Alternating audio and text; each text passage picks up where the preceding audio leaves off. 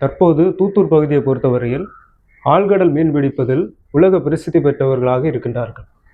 ஆனால் இதற்கெல்லாம் மூல காரணமாக இருந்தவர் திரு வெஞ்சிலாஸ்.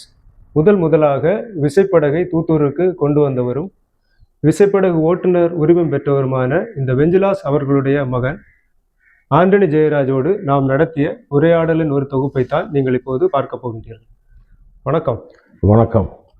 உங்க அப்பா தான் இந்த தூத்தூர்லேயே முதலாக விசைப்படகை கொண்டு வந்தவர். அது மட்டும் இல்லாமல் விசைப்படகு ஓட்டுநர் உரிமம் பெற்றவரும் அவர் தான், திரு வெஞ்சிலாஸ். அதை குறித்து சொல்லுங்கள். அது சொல்லணும்னா எங்கள் அப்பா 1960க்கு முன்னால் தான் இருக்கணும். அவங்க தூத்துக்குடியில் போய் ஃபிஷரைஸ் ட்ரைனிங் படித்தாங்க. அப்போ அவங்க மேக்சிமம் அவங்க கூட இருந்ததெல்லாம் குளச்சலில் உள்ளவங்க. என்ன அப்போ இந்த லூர்தம்மா சைமன் மந்திரி இருந்தனால அவங்க ஊர் இல்லை குளச்சல். அப்போ அவங்க ஆட்கள் தான் அங்கே நிறைய பேர் இருந்தாங்க. அப்போ அவங்க கூடயே இருந்து பழக்க வழக்கங்களும் படிப்பெல்லாம் இருந்தனால அப்படியே குளச்சல்லையே அவங்க தொழில் பண்ணி அப்படியே இருந்து ஒரு போட்டெல்லாம் அவங்க கவர்மெண்டே கொடுத்தாங்க அவங்களுக்கு போட்டு. அந்த போட்டில் தொழிலுக்கு நான் அப்போ சின்ன வயசில் சின்ன ஞாபகம் இருக்குது. அப்போ புத்தந்தூரில் இருந்து 2 பேர் அங்கே இருந்தாங்க அந்த எங்கள் போட்டில் தொழிலுக்கு. திருப்பி குளச்சல் எங்கள் அம்மாங்க ரிலேட்டிவ்ஸ், அவங்க சித்தப்பா மக்கள் எல்லாம் அவங்களாம் சேர்ந்து தான் அங்கே தொழில் பண்ணிட்டுருப்பாங்க. அவங்க என்ன சொல்லுவாங்க, அந்த டைமில் ட்ராலிங் போவாங்க அல்லது தாத்துவல் எண்ணெயில் ஒரு இது பண்ணுவாங்க. இந்த மாதிரி 2 தொழிலையும் பண்ணுவாங்க. இங்கே உள்ள சீசன் முடிஞ்சோம்னா இப்படி நிறைய கொச்சின், கொல்லம் இந்த மாதிரி இடங்கள்ல போய் தொழில் பண்ணுவாங்க. அப்படியே எங்கள் அப்பா அங்கே போய் அங்கே போனதுனால நம்ம ஆட்களுக்கு கொஞ்சம் ஹெல்ப் பண்ணணும், நம்ம ஆட்களை வாழ்வாதாரம் நல்லா மாற்றணும்னு அப்படியே அவங்க கூட பங்கு சேர்ந்து போட்டுகளுக்கு கொடுத்து வச்சு இன்னும் அவங்களுக்கு தனியாக போய் இன்னைக்கு நம்ம ஊரை பார்க்கும்போதே தெரியுது இல்லை என்ன அழகா, என்ன பெரிய லெவல் வந்தது. அப்போ அந்த போட்டை முதலாக தூத்தூர்ல கொண்டு வந்து ஆங்கர்ல போட்டிருப்பாங்களா? அந்த நேரத்துல உள்ள ஞாபகம் இருக்கு? அந்த போட்டினுடைய அமைப்பு எப்படி இருந்தது, அதனுடைய நிறங்கள்? அந்த நேரம் எனக்கு ஞாபகத்துக்கு உள்ளது 30 அடி போட்டு தான். 30 அடி போட்டு, மரபோட்டு தான். அந்த டைம்ல எல்லாம் மரபோட்டு தான். 30 அடி. அது எங்க போட்டு, அது பெரிய போட்டு. அப்புறம் இவங்க ஊர்ல ஆட்களுக்கு வாங்கி என்னதெல்லாம் சின்ன போட்டு. அது 2 முக்கு தான் இருக்கும். ஃப்ரண்ட் அணியை எங்க எப்படி இருக்கோ அதை போலதான் அந்த கடை போட்டு இருக்கும். இது இப்போ இருக்குல்ல அந்த போட்டு மாதிரி இருந்தது. அதுக்கப்புறம் ஆட்கள் காசு வர போட்டுக்கு இந்த ஸ்டியரிங் அமைப்பெல்லாம் எப்படி இருந்தது? சுக்கான் மாடல்ல, அந்த வெளியில சுக்கான் வரைக்கும் அது சிலை போட்டில் இருந்தது. சிலை போட்டில் அந்த ஸ்டியரிங் தான் இருந்தது. கொஞ்ச நாள் பட ஆட்களுக்கு அந்த நாலேஜுகளும் அந்த கண்டு படிக்கிறதெல்லாம் வந்தப்போ அவங்களாகவே அதை டெவலப் பண்ணாங்க. நம்ம ஆட்கள் அதையே அவங்களுக்குள்ளாலே டெவலப் பண்ணி அந்த போட்டுகளை இந்த அளவு கொண்டு வந்தாங்க. உங்க அப்பா மீன்பிடி தொழில் பண்ணி ஓட்டுநர் உரிமம் எல்லாம் பெற்று அவங்க தொழில் பார்த்துட்டு இருக்காங்க. நீங்க ஏன் மீன்பிடி தொழிலுக்கு போக விரும்பல? நான் போக விரும்பலைன்னா என்ன, எங்க வீட்டுல எங்க அப்பாவோ எங்க அம்மாவோ அலோவ் பண்ணல. பின்ன எனக்கு என்ன ஒரு விருப்பம்னா, சரி கடல்ல போறதா இருந்தா போட்டுக்கு போய் இந்த வாமிட்டெல்லாம் மாத்தணும்ல. அப்புறம் அங்கே அப்பாட்ட பேசி எடுத்து எங்கள் அப்பா என்ன கொண்டு போய் அப்போ அங்கே போட்டில் போவேன். ஒரு நாள் போவேன், வாமிட் எடுப்பேன், வந்துட்டு கரையில் இருப்பேன். இப்படி போய் வந்து கொஞ்சம் பழக்காயி அப்புறம் விசாகப்பட்டினத்தில் போன பிறகு தான் கம்ப்ளீட்டு கொஞ்சம் எல்லாம் ஸ்டாப் ஆச்சு. வேற எவ்வளவு துறைகள் இருந்த போதிலும் நீங்கள் ஏன் கப்பல் துறைக்கு உங்கள் லட்சியத்தை? கப்பல் துறையில் போனேன்னா நான் ஃபிஷரிஸ் அந்த மீன்பிடி கப்பலில் போனேன்ல. அந்த டைமில் மீன்பிடி கப்பல் விசாகப்பட்டினத்து தான் base, full bay of Bengal. அதில் நாள் கழிய பெரிய வெசல்லாம் வந்தது. ஆஸ்திரேலியன்ல இருந்து வந்தது, ஹாலண்ட்ல இருந்து வந்தது. அப்போ அவங்களுக்கு டெக்னாலஜிஸ் டிஃப்ரெண்டாக இருந்தது. அப்போ அவங்களுக்கு பெரிய டீப்பர் சீல போய் மீன் பிடிக்கிறது அளவுக்கு அவங்களுக்கு வசதியெல்லாம் உண்டு. அவங்கெல்லாம் இங்கே பிடிச்சாங்க. இந்த பெட்ஜ் பேங்க்னு இருக்குங்க, கன்னியாகுமரி பெட்ஜ் பேங்க். அது மீனுக்கு என்ன சொல்லலாங்க, ஒரு பண்ணை அந்த மாதிரி இருக்கு. அந்த இதில் எப்போ போனாலும் மீன் கிடைக்கும்னு சொல்லுவாங்க. அந்த மாதிரி அவங்க தொழில் பண்ணி அந்த அப்போ நமக்கு அங்கே பார்க்கும்போது தெரியுது. முதல்ல நாங்கள் போகும்போது 15 நாள் ஒரு ட்ரிப்பு போனோம். அப்புறம் அது ஒரு 20, 25 நாள், 30 நாள் ஆச்சு. அப்புறம் அது மாதம் கூட்டிட்டு போயிட்டு இருக்கு. எல்லாமே விசாகப்பட்டினத்தை பேஸ் பண்ணி தான். விசாகப்பட்டினம் தான் பேஸ் பண்ணி தான் பண்ணது. அங்கே தான் எல்லா இன்ஃப்ராஸ்ட்ரக்சர் இருந்தது, ரிப்பேரிங்ஸு, டாக்கிங்கு, அப்புறம் அந்த இது அவங்க வலைகள் எல்லாம் இது பண்றதுக்கு. அங்க ஒரு வேற எந்த துறைமுகங்கள்லையும் நீங்க வேற அங்க ஒரிசால பாரதீபன் ஒரு துறைமுகம் இருந்தது. அது பெரிய இதுக்கு கார்கோ ஷிப் எல்லாம் வர போர்ட்டு. அங்கே வந்து நாங்கள் வந்து இந்த ஷெல்டருக்கு வேண்டி போவோம். இந்த சைக்ளோனு இந்த மாதிரிலாம் வரும் இல்லை, அந்த மாதிரி அங்கே போய் நாங்கள் உள்ளே ஏறி ஒரு 4-5 டேஸு இருந்துட்டு அப்புறம் தொழிலுக்கு அங்கே போவோம். தொழிலுக்கு போயிட்டு ஃபுல் அங்கே ட்ரிப்பு முடிஞ்சு டீசல் தீர்வு பண்ணுவோம். கால்குலேட் பண்ணி இங்கேருந்து அங்கே ஒரு 48 ஹவர்ஸ் ஓடணும். 48 ஹவர்ஸு உள்ளே தான் இருக்கும். அதுக்குள்ளே இவங்க இப்போ இது பண்ணி விசாகப்பட்டினம் ஹார்பருக்கு உள்ளே வரும்போது நமக்கு வந்து ஒரு டீசல் நில் ஆகிற அளவுக்கு வந்து சேரும். என்ன அப்போ வந்து அந்த டீசலு காசும் நம்ம சம்பள காசு எல்லாம் சேர்த்து வச்சு அவங்க ஒரு டார்கெட் போடுவாங்க. உங்களுக்கு இந்த கப்பல் போயிட்டு வரும்போது 3 lakhs அந்த டைமில் 90, 95, 90 முன்னால் 5 lakhs போடுவாங்க. அதுக்கு மேலே உள்ள இது வந்து ஸ்லாப் சிஸ்டத்தில் இன்சென்டிவ்ஸ் எங்களுக்கு தருவாங்க. அதனால நிறைய இது பண்ண அப்போ அங்கே பார்க்கும்போது அந்த மீனுக்கு அந்த இறாலுக்கு விலையும் வளர்ச்சிகளும் குறையுது. அப்புறம் அந்த பெரிய பெரிய போட்டு வந்தது இல்லை, அவங்க தொழிலுக்கு வந்து எங்களை தொழில் பண்ண விடல. அதோட எல்லாரும் பார்த்தாங்க, சரி அப்படியே எல்லாம் பெரிய பெரிய கப்பலுக்கும் இதில் வந்து ஃபாரின் கோயிங் போனவங்களும் இருக்காங்க. கோஸ்டல் இன்லேண்ட் இல்லை, கோஸ்டலில் இந்தியன் கோஸ்டலில் அந்தமான் அங்கே போய் இருக்கிறவங்களும் இருக்காங்க. நான் அங்கேருந்து முடித்து வந்து திருப்பி இந்த ஷிப்பிங் மூவ்மெண்ட் செய்கிற டக்ஸ் இருக்குல்ல, அதில் ஜாயின் பண்ணேன் சீஃப் இன்ஜினியராக. அங்கேருந்து திருப்பி எக்ஸாம் பாஸ் பண்ணிட்டு தான் பெரிய கார்கோ ஷிப்பில் போய் அங்கே திருப்பி ஜூனியர் இன்ஜினியர் ஜாயின் பண்ணி அப்புறம் எக்ஸாம் அப்புறம் ஒரு எக்ஸாம் எழுதி marine engineering officer exam class 4 அது முடித்து 4th இன்ஜினியராக கப்பலில் போயிட்டு அப்புறம் எங்கள் ஒய்ஃபுக்கு கொஞ்சம் உடம்பு சரியில்லாமல் இருந்தாலும் அப்படி இறங்கினேன். அப்புறம் அதுக்கு அடிஞ்சோன்னா அந்த ஆஃப்ஷோர் வெசல் இருக்குல்ல, அங்கே போனேன். ஆஃப்ஷோர் வெசலில் ஒர்க் பண்ணும்போது செகண்ட் இன்ஜினியர் ஒர்க் பண்ணேன். அது முடித்து திருப்பி எக்ஸ்பீரியன்ஸ் ஆனோன்னா சில டைமில் சீஃப் இன்ஜினியராக இருப்பேன், சில டைமில் செகண்ட் இன்ஜினியராக இருப்பேன். இப்போ வந்து இந்த டைவிங் வெசலில் இருந்தேன், டைவிங் சப்போர்ட் வெசல் டைவேஸு. அதில் இருந்து ஒரு 12 வருஷம் இப்போ இருந்தேன். வயசாயிடுச்சுல, 60+ அதோட இறங்கி வந்தாச்சு. அதாவது நீங்கள் விசைப்படகுலையும் தொழிலுக்கு போயிருக்கீங்க, உங்கள் அப்பா கூட கொஞ்ச நாள் தொழில் பார்த்துருக்கீங்க. அதுக்கப்புறமா கப்பலில் மாறுறீங்க, என்ன வித்தியாசத்தை உணருறீங்க விசைப்படகும் கப்பலுக்கும்? வித்தியாசம்னா ரொம்ப வித்தியாசம் இருக்கு. இங்கே வந்து நமக்கு அந்த என்ன சொல்லணும்னா, இங்கே வந்து இந்த சும்மா கடல்லே கிடக்கிற மாதிரி இருக்கும். அங்கே வந்தோன்னா வீட்டில் இருக்கிற மாதிரி இருக்கும். வீட்டில இருந்து ஆஃபீஸ் போகுது இல்லை, இப்போ அங்கே அகாமடேஷன் இருக்கும், இந்த இதெல்லாம் கன்வீனியன்ஸ் நல்லா இருக்கும், ஃபுட்டெல்லாம் நல்லா இருக்கும். அதுக்கெல்லாம் செப்பரேட் இது இருக்குது. இப்போ இங்கே எங்களுக்கு வந்து நல்ல தனி கேபின் இருக்கும், அதுக்கு உள்ளாலேயே டாய்லெட் எல்லாம் இருக்கும்.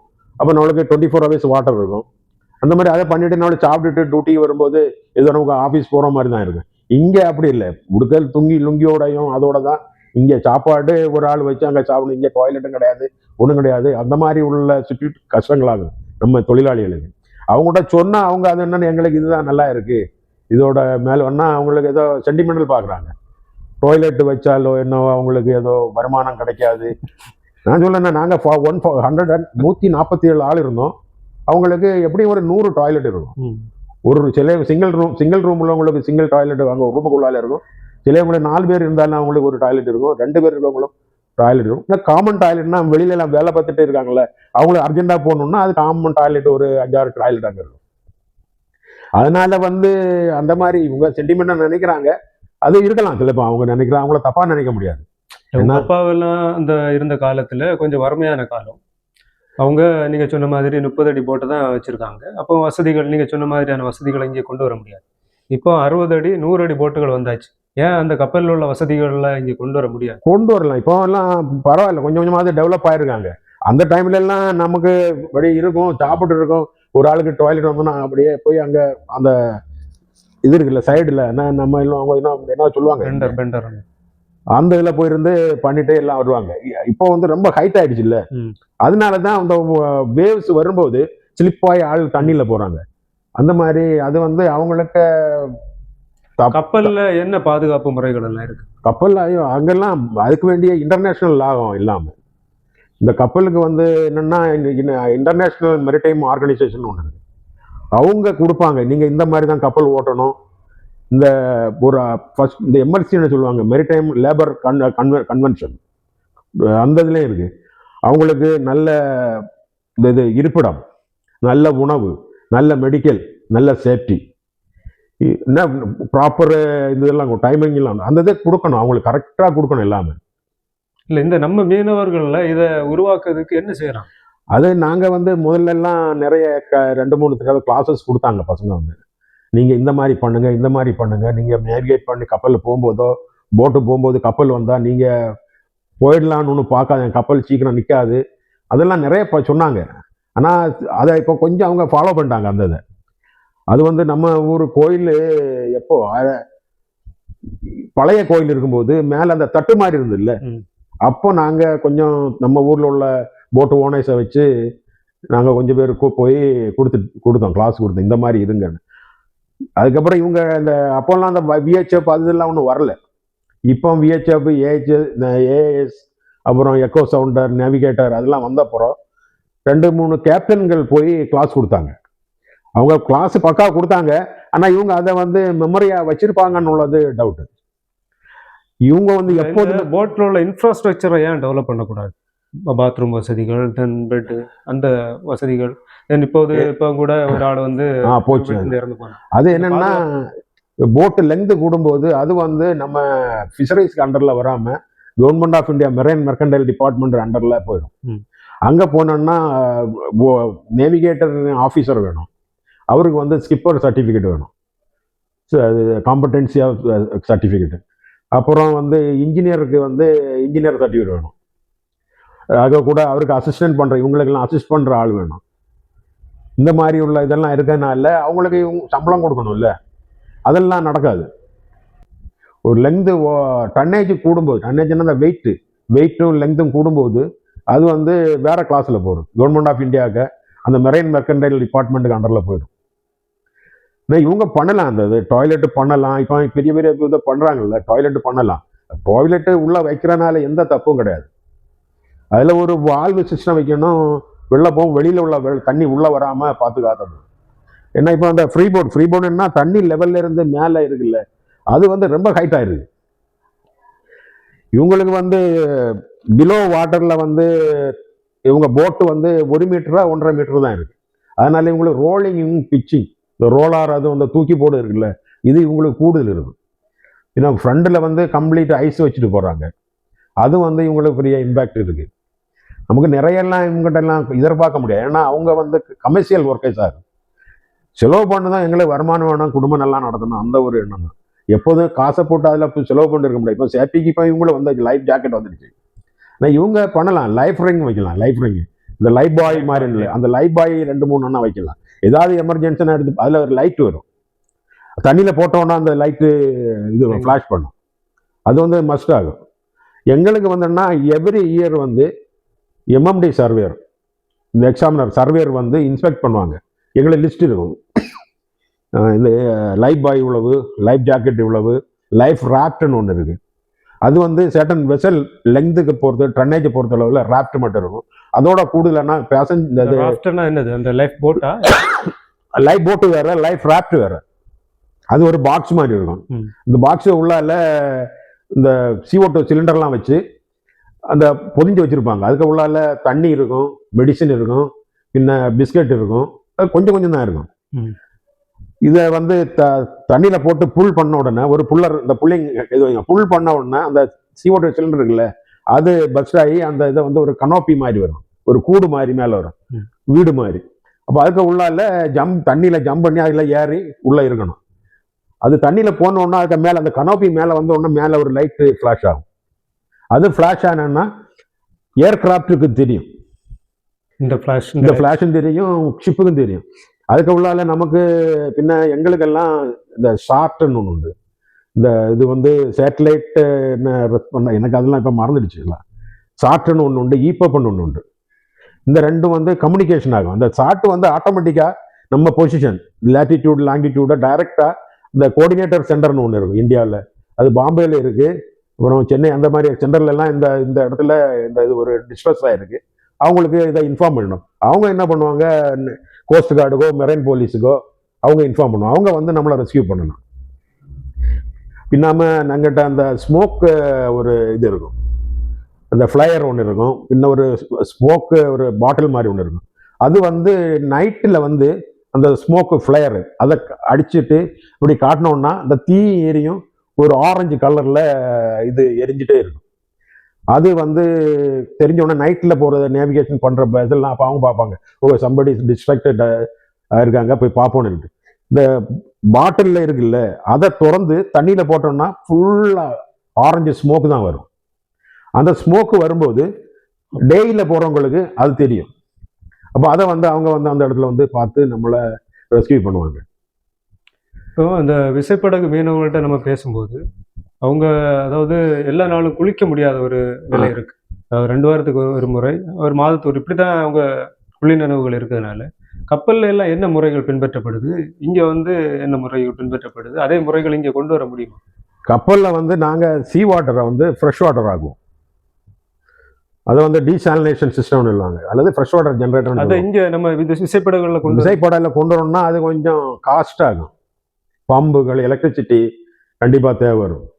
அங்கே வந்து லாங் ரன் ஆகும், ஒரு 30 டேஸு 25 டேஸ் எல்லாம் ரன் ஆகும்போது மெயின் இன்ஜின் இருக்குல்ல, அந்த பெரிய இன்ஜின், அது ஒரு 40,000 அந்த அது இது இருக்கும், ஹார்ஸ் பவர் இன்ஜின் ஆகும். அதுலேருந்து வர சூடு தண்ணியிலேருந்து அவங்க அந்த சீ வாட்டரை இது பண்ணி அதுலேருந்து வேப்பராகி வரும், அதை கூல் டவுன் பண்ணி அந்த தண்ணி எடுப்பாங்க. அது ஃப்ரெஷ் வாட்டர் ஜென்ரேட்டர்னு சொல்லுவாங்க. வேற ஒன்று வந்து ஃப்ரெஷ் வாட்டர் ஜென்ரேட்டர் சிஸ்டம் தான். அது வந்து என்னென்னா ஒரு இந்த இது இருக்குது, இந்த அந்த மோடல்னு ஒன்று இருக்குது. அதுக்கு உள்ளால நம்மளுக்கு ஒரு ஃபில்டரிங் சிஸ்டம் ஆகாது. ஹை ப்ரெஷரில் தண்ணி அதுக்கு உள்ளால விட்டா அது வந்து சால்ட்டை வந்து அதுலேருந்து பிரிச்சிடும். பிரித்து வெளியில் வரும்போது அது ஃப்ரெஷ் வாட்டராக வரும். அதை நாங்கள் குடிக்க யூஸ் பண்ண மாட்டோம். குளிக்கிறதுக்கு, துணி துவைக்கிறதுக்கு, அந்த பாத்திரங்கள்லாம் கழுவுறதுக்கு, வெசல் வாஷ் பண்ணுறதுக்கு, இந்த மாதிரி யூஸ் பண்ணோம். குடிக்கிறதுக்கு நாங்கள் வாட்டர் தண்ணி ஷோரில் இருந்து ப்ரொவைட் பண்ணுவாங்க. அந்த மாதிரி பண்ணுவாங்க. ஷிப்லையும் கரையில் போன உடனே லோடு பண்ணுவாங்க, அல்லது ஆன் த வே ஏதாவது போர்ட்டுக்கு பக்கத்தில் வெளியில் இருப்பாங்க, அங்கேருந்து சப்ளை போட்டெல்லாம் வந்து இது கொடுப்பாங்க, ப்ரொவிஷன் இதெல்லாம் தண்ணியெல்லாம் கொடுப்பாங்க. ஏன்னா நம்ம இதுலலாம் அது பண்ணுறதுக்கு வந்து ரொம்ப கொஞ்சம் கஷ்டம்தான், அது ரொம்ப செலவு. சின்னது வைக்கலாம், ஒரு பெர் டே 5 டன்னு யூஸ் பண்ணுற வைக்கலாம். அது ரிப்பேரிங் காஸ்ட் எல்லாம் ரொம்ப ஹை ஆகும். இப்போ அதாவது நீங்கள் பல ஆண்டுகளுக்கு முன்னால் கப்பல் துறைக்குள்ளே போய் நீங்கள் வந்து அங்கே பணியாற்றி ஓய்வு பெற்றாச்சு. அப்போது இருந்த நிலைக்கும் இப்போது இருந்த நிலைக்கும் என்ன வித்தியாசம்? அதாவது இப்போ ஒருத்தன் படிப்பு முடித்து +2 முடித்து இந்த கப்பல் துறையில் வேலைக்கு சேர விரும்பினா அவன் என்னென்ன மாதிரியான தகுதிகள் இருக்கும்? இப்போ வந்து அவங்க 2 ஸ்ட்ரீம் இருக்குது. ஒன்று வந்து டெக் ஆஃபீஸர்ஸ் இருக்குது, ஒன்று வந்து இன்ஜின் ஆஃபீஸர்ஸ். டெக் ஆஃபீஸர்ஸ் போனால் அவங்க வந்து பிஎஸ்சி நாட்டிக்கல் சயின்ஸ் முடிச்சிருக்கணும். அப்புறம் அவங்க அங்கே படிக்கும்போதே நல்ல ஹையாக படித்து நல்ல ரேங்க் ஹோல்டராக வரணும். அப்போ அவங்க சில கம்பெனியில் வந்து என்ன பண்ணுறாங்க, அங்கேயே காம்பஸ் இன்டர்வியூ எடுக்கிறாங்க. இவங்கள வந்து கேடட்டாக எடுப்பாங்க, டெக் கேடட்டுன்னு. இவர் போய் 3 வருஷம் அங்கே உள்ள சீஃப் ஆஃபீஸர் அண்டரில், ஷிப்பில் சீஃப் ஆஃபீஸர் அண்டரில் ஒர்க் பண்ணணும். அப்புறம் வந்து இவங்க செகண்ட் ஆஃபீஸர் எக்ஸாமுக்கு ஒன்று இருக்குது, அதுக்கு போவாங்க. அது முடிஞ்சு ஷிப்பில் போய் திருப்பி செகண்ட் ஆஃபீஸராக ஜாயின் பண்ணுவாங்க. செகண்ட் ஆஃபீஸர் முடியும் அடுத்த எக்ஸாம், அப்புறம் கேப்டன், அந்த மாதிரி வரும். இன்ஜினியர்ஸ் வந்து இந்த மாதிரி ட்ரைனிங் எடுக்கும்போது இவங்களை வந்து மெரைன் இன்ஜினியரிங்னு எடுப்பாங்க. அது முடிஞ்சு இவங்களுக்கு ஏதாவது கம்பெனியில் போகும்போது ஜூனியர் இன்ஜினியராக இல்லாது இன்ஜின் கேடட்டாக எடுப்பாங்க. இன்ஜின் கேடட்டாக இருக்கும்போது எடுத்து அதுக்கப்புறம் அதிலிருந்து ப்ராக்டிஸ் எல்லாம் எடுத்து அவங்க இந்த மாதிரி எக்ஸாம் போவாங்க, ஜூனியர் இன்ஜினியரிங். அங்கே போய் ரிட்டனும் ஓரல் எழுதணும்.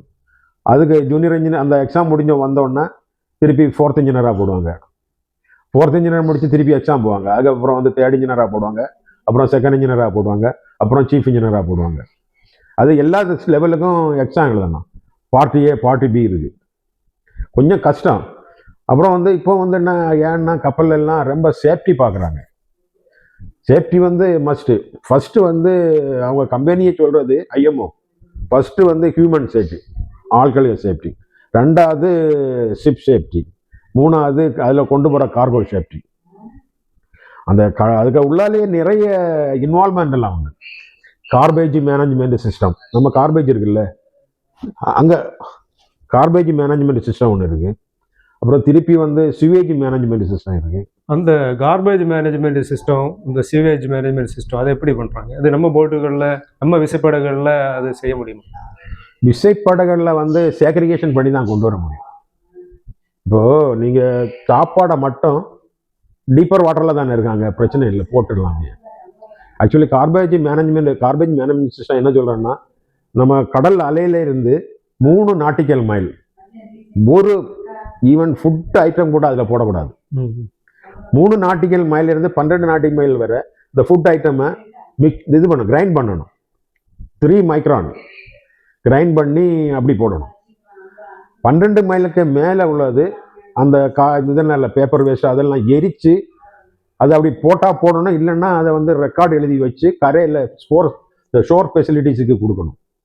ஷோர் ஃபெசிலிட்டி கொடுக்கறது பைசாயும் கொடுக்கணும் கம்பெனி அவனுக்கு இதை எடுக்கிறது. பிளாஸ்டிக்கு எந்த கடலில் எந்த டீப்பர் வாட்டரில் கடலில் போடவே கூடாது. அது வந்து ரொம்ப அஃபென்ஸ் ஆகும். ஏன்னா ஐஎம்ஓ வந்து எல்லா ஈச் அண்ட் எவரி ஷிப்பை கரெக்டாக சேட்டலைட் மானிட்டரிங் பண்ணிருக்காங்க. இந்த ஏஎஸ்எஸ் சிஸ்டமில் எந்த ஷிப்பு எங்கேருந்து வரோம், அவங்க எரிக்கிறாங்கல்ல ஆயில், கூட் ஆயில், அதில் வந்து வேஸ்ட்டு ஆயில் வரும். அந்த ஆயிலை இவங்க வந்து ஒரு இன்சினேட்டர்னு ஒன்று இருக்குது, அதில் எரிப்பாங்க. அவங்க அது எவ்வளோ எரிக்கிறாங்க, அதுலேருந்து ஆஷ் எவ்வளோ வாரு, அது எப்படி கீப் பண்ணாங்க, எல்லாம் ரெக்கார்டிக்கல் ஆகும். அப்புறம் வந்து இது வந்து என்ன சிவேஜி மேனேஜ்மெண்ட் சிஸ்டம். சிவேஜிக்கு வந்து ஹோல்டிங் டேங்க் வச்சுருப்பாங்க. அது வந்து ஒரு 50-60 டன் எல்லாம், பெரிய பெரிய ஷிப்லலாம் 100 டன் வரை இருக்கும். நாங்கள் இருக்க ஷிப்பில் வந்து 35 டன், அது ஒரு சின்ன ஷிப், அதில் வந்து 30-35 டன் எல்லாம் இருக்கும். சிவேஜி வந்து கரையில் இருக்கும்போது அந்த ஹோல்டிங் டேங்கில் தான் போடணும். ஹோல்டிங் டேங்கில் அதை ஹோல்டு பண்ணி வச்சுட்டு எத்தனை நாளாக இருந்தாலும் ஹோல்டு பண்ணி வச்சுட்டு செயில் ஆகும்போது என்ரூட்னா நம்ம போயிட்டு இருக்கணும். அது வந்து கரையிலிருந்து 5 நாட்டிக்கல் மைல் எவே, 12 நாட்டிக்கல் மைல் எவேயில் போயிட்டு ஓன் ஷிப் 5 நாட்டிக்கல் மைல் ஸ்பீடில் போனால் தான் அதை பம்ப் அவுட் பண்ணணும். அல்லது பம்ப் அவுட் பண்ண அப்புறம் இன்னொரு சிஸ்டம் அதுக்கு கூட இருக்கும். அது வந்து ட்ரீட்மெண்ட் பிளான்ட். அது வந்து ஒரு first chamber, second chamber, third chamber. First சேம்பரும் செகண்ட் எல்லா 3 சேம்பர்லையும் ஏர் கொடுத்துருப்பாங்க. ஏர் ப்ளோவர் வச்சு ஏர் கொடுப்போம், ஏர் அரியேஷன்.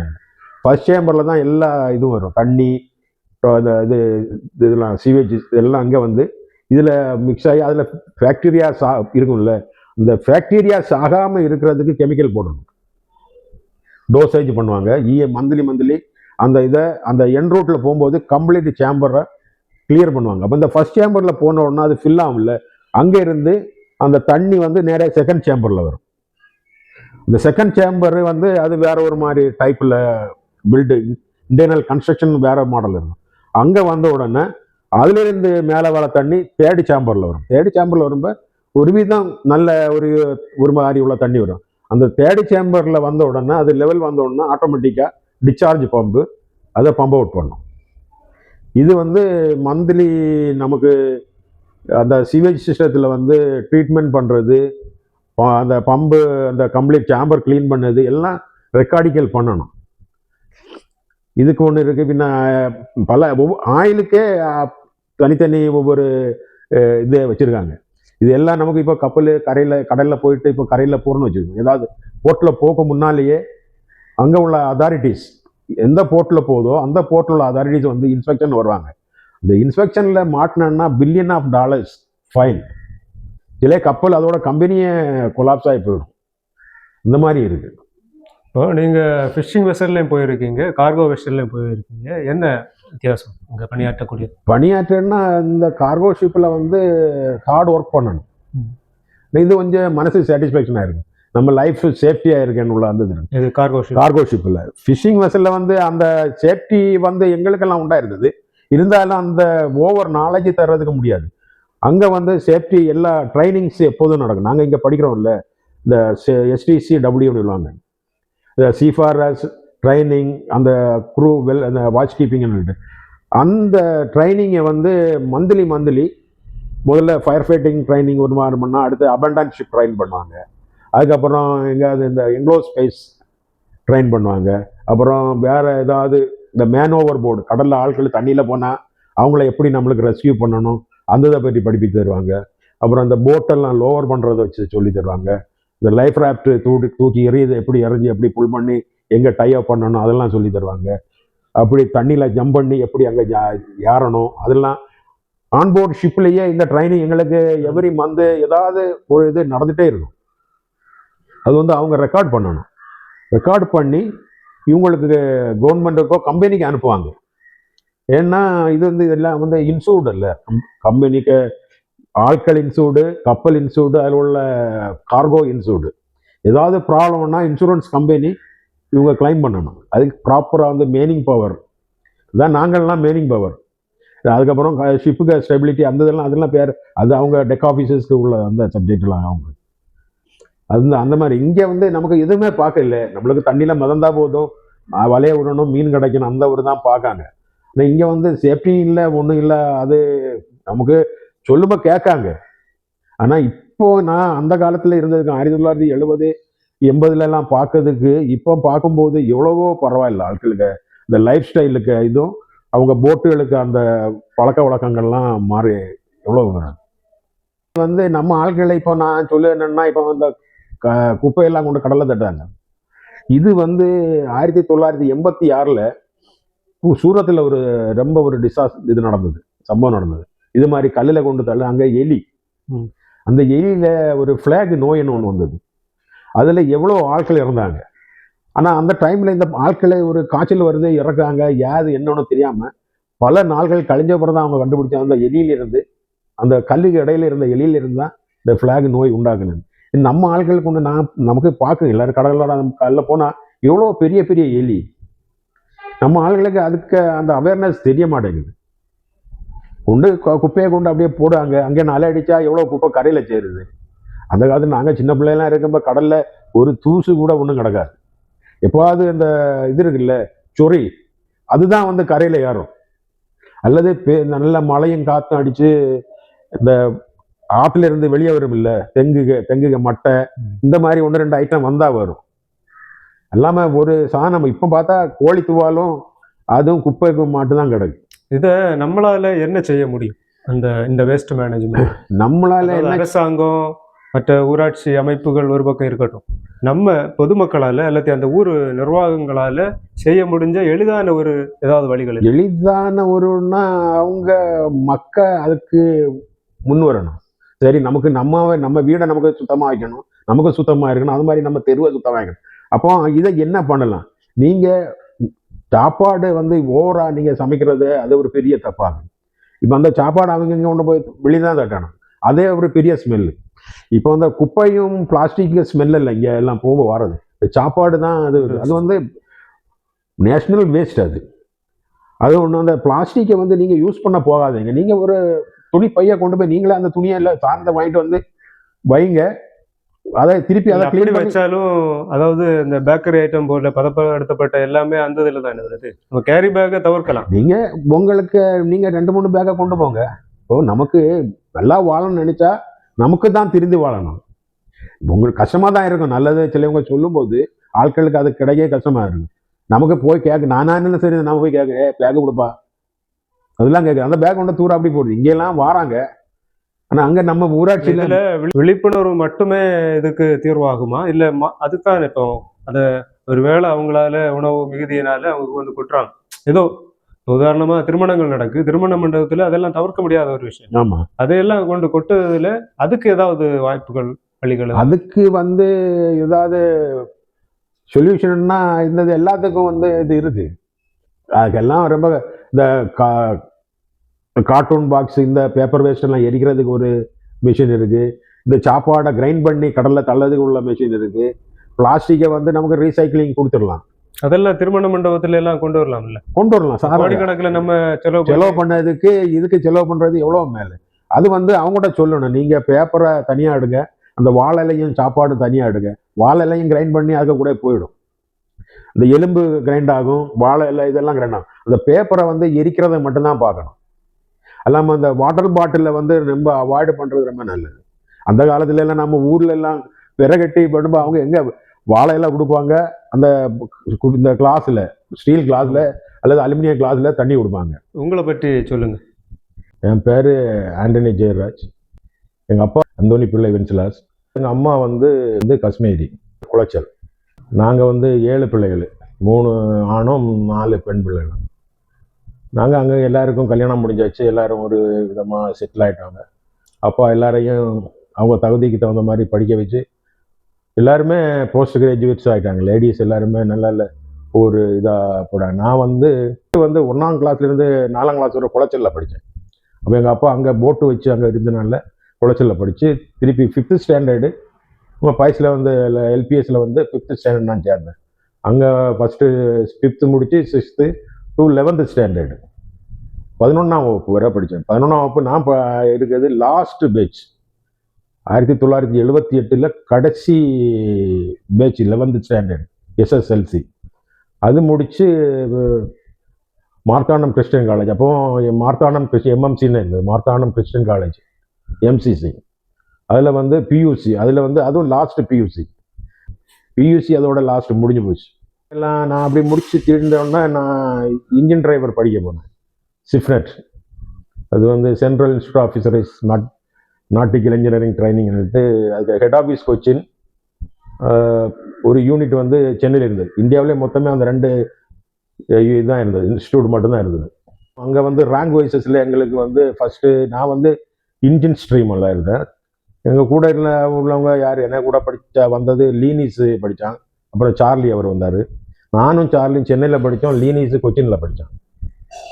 அவங்க படித்து முடிச்சுன்னு அவங்க 2 பேரும் விசாகப்பட்டினம் போயிட்டாங்க டைரெக்டாக வந்து ஸ்பெஷலில் ஜாயின் பண்ணுறதுக்கு. நான் வந்து 6 மாதம் எனக்கு இங்கே வந்து ஒர்க் ஷாப் அப்ரெண்டிஸ் கொடுத்தாங்க ஒரு 6 மாதத்தில்.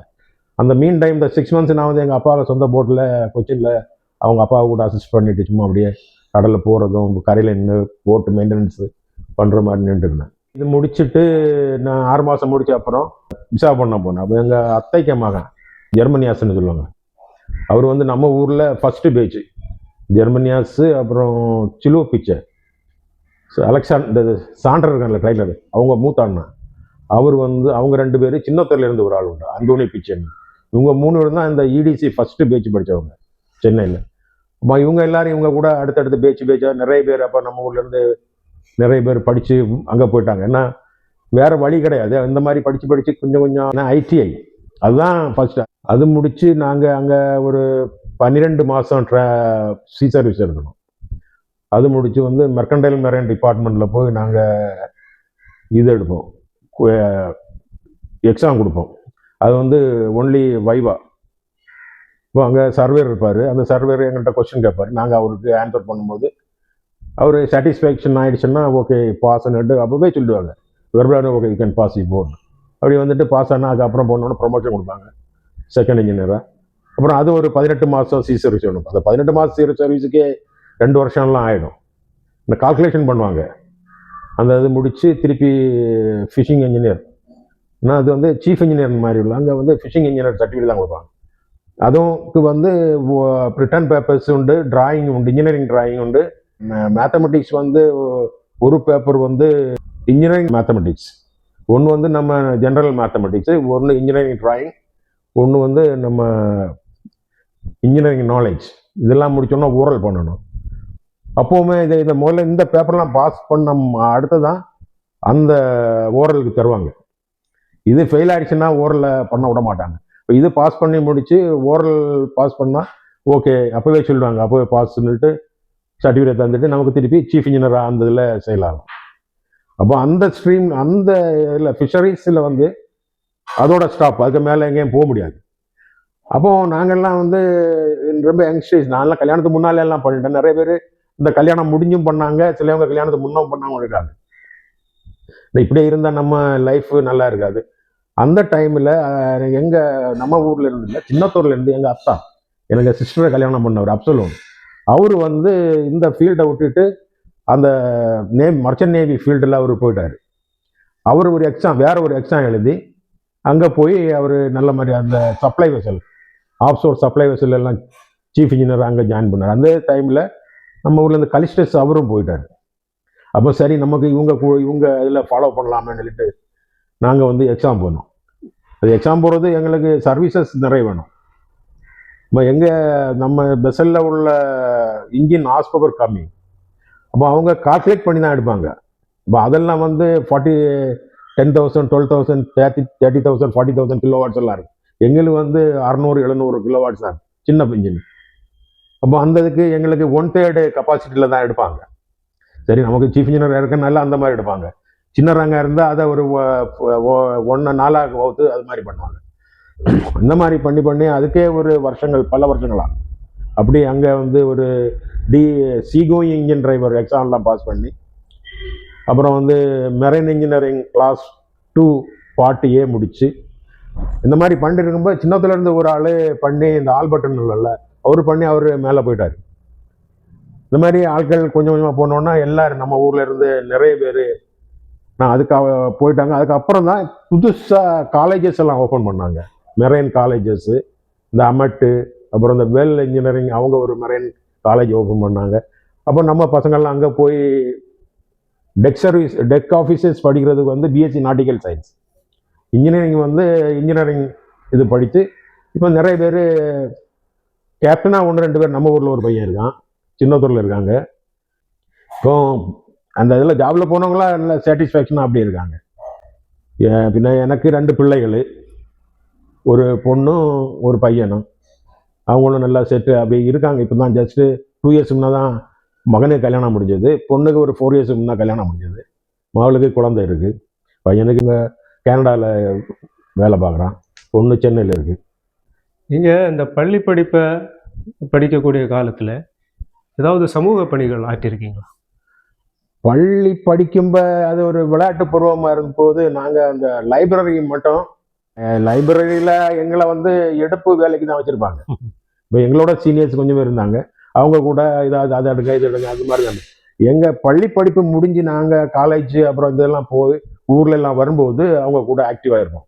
சரி நம்ம லைப்ரரியை கொஞ்சம் நல்லாக்கணும், அது நம்ம பூர்வீகம், நம்ம முன்னாள் ஆட்கள் எல்லாம் எவ்வளோ பண்ணி அது வந்து உங்களுக்கு தெரியும், உள்ளால இருந்ததை கொண்டு வந்து அது இப்போ இவங்க இருக்காங்க ஃப்ரிட்டோ இருக்காங்கல்ல ஜான், அவங்க வீட்டு ஃப்ரெண்டில் இப்போ ஒரு மடம் அதுக்கு பக்கத்தில் ஒரு நாள் பில்டிங் போட்டாங்க, அங்கேருந்து தகராறு பண்ணி அதை கொண்டு போய் அந்த இதில் அங்கே கொண்டு போட்டாங்க, அந்த அந்தோனியார் குருசடி பக்கத்தில். அதுவும் பெரிய ஒரு தகராறுலாம் பண்ணி தான் அதெல்லாம் நடந்தது. அதுக்கு நிறைய பேர்னா இவங்க மூஸ்க்கு மகன் ராஜு, அந்த அல்பர்னாஸு, அப்புறம் இவங்க அப்பா பர்க்மான்ஸு, அப்புறம் பின்ன வேறையும் 1-2 பேர் உண்டு. அவங்களாம் நல்ல சப்போர்ட்டாக இருந்தாங்க அந்த கோயிலை சுற்றி உள்ள கொஞ்சம். அப்போ அவங்க வந்து நல்ல எனர்ஜெட்டிக் யங்ஸ்டர்ஸாக இருந்தாங்கல்ல. இப்போ அவங்க சரி நமக்கு உங்கள் கூட நின்று அப்படி பண்ணி அதில் வந்து பில்டிங் போட்டு ஓலை மேலே ஒரு சும்மா ஒரு செவரை கட்டி அப்படியே வச்சு நடத்திட்டு இருந்தாங்க. உங்கள் படிப்பு சார்ந்த மற்றும் உங்கள் கப்பல் துறையில் நீங்கள் பணியாற்றின அனுபவங்களையும் திடக்கழிவு மேலாண்மை குறித்து நீங்கள் தந்த தகவல்கள் அனைத்திற்கும் தூத்துக்குடி டுடே சார்பாக நன்றி. என்னை இன்டர்வியூ செய்த தூத்துக்குடி டுடே நண்பர்களுக்கு என்னுடைய பணிவான நன்றியை தெரிவித்துக் கொள்கிறேன்.